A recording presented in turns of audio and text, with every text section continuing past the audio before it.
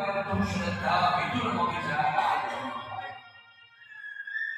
એ દ્રઢ શ્રદ્ધા દ્વારા નીકળેલા જગતની અંદર એવા ઋષિઓ હતા, એવા દેવતાઓ આવીને બિરાજિત થયા હતા, છતાં પણ યજ્ઞ છે પરિપૂર્ણ નહોતો. કેમ? એની અંદર શિવ નહોતો, એની અંદર કલ્યાણ નહોતું. જે કલ્યાણની ઈચ્છા વગર કોઈ પણ કર્મ કરે છે અને ફક્ત ને ફક્ત ક્રિયા કરે છે, એનું કર્મ છે એ ઈશ્વર સંકલ્પના છે. અને ભગવાન શિવજી વિશે તો એવું કહેવાય કે નાનકડા એવા ગામડાની અંદર મંદિર બહાર હોય, શિવાલય મંદિરની બહાર, ગામની બહાર હોય, અને ત્યાં આગળ ચોર ચોરી કરવા માટે જાય અને જોવે શિવાલયમાં શું હોય, જે ભસ્મ લગાડવા વાળા હોય, ઊંડની માળા પહેરવા વાળા હોય, એના મંદિરમાં શું મળે? કાંઈ ન મળે. ચોરી કરવા માટે જાય, જોવે મંદિરમાં કાંઈ નથી લઈ જવા જેવું.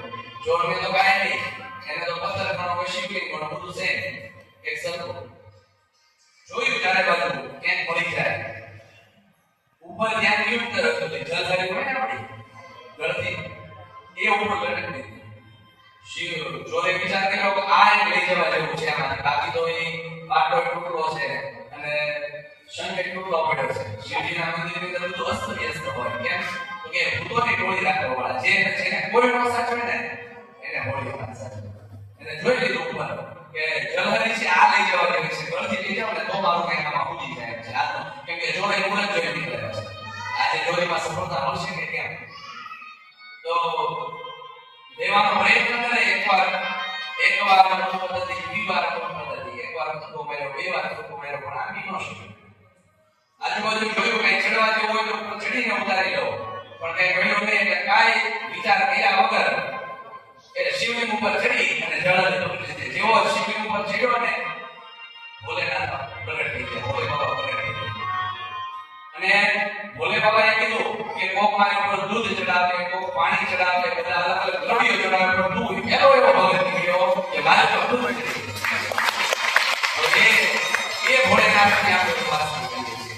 અને ભગવાન શિવની ઉપાસના છે ને આયુર્વેદિક છે. વાર લાગે, ભગવાન શિવજી ધ્યાનમાં બેસી જાય, પ્રસન્ન ન થાય, વાર લગાડે, પણ એકવાર પ્રસન્ન થઈ જાય તો આપણે શું ખબર છે?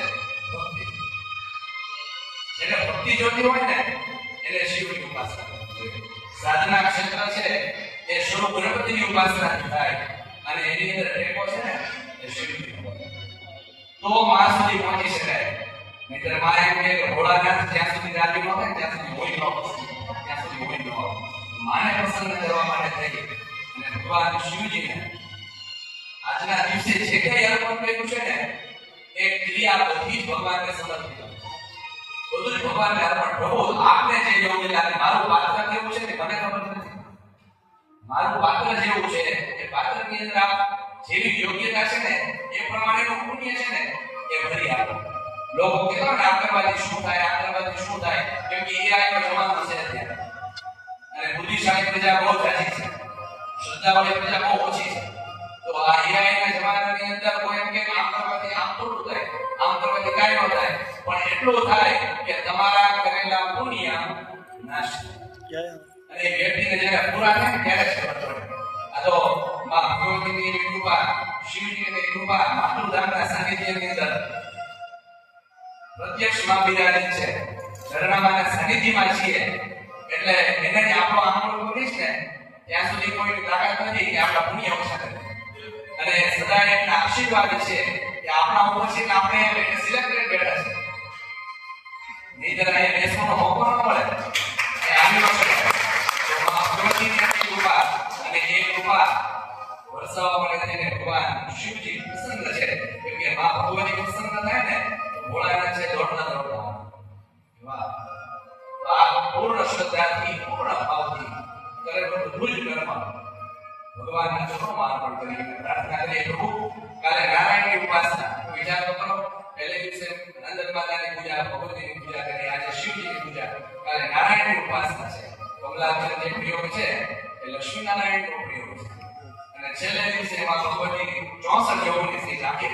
આપણે પરિવાર શીખ છે અહીંયા આવીને ત્યારે વાઇબ્રેશન એક જુદા હોય, ઘડિયાળ કાંટા બોલી છે. અમે બોલે હવે 9 વાગે ટાઈમ હોય, પણ નો થાય જલ્દી પૂરું કરી દઈએ અને મારે મેં કીએ છે હવે છે ને આપણે હવાથી બહુ સુંદર યોગા કેવા પણ આજ તો પડી જ જાય એટલે એવી વ્યવસ્થા રાખવાની પૂર્ણ ભાવથી પૂર્ણ શ્રદ્ધાથી ભગવાનની પ્રાર્થના કરીએ શિવજીને પ્રસન્ન કરીએ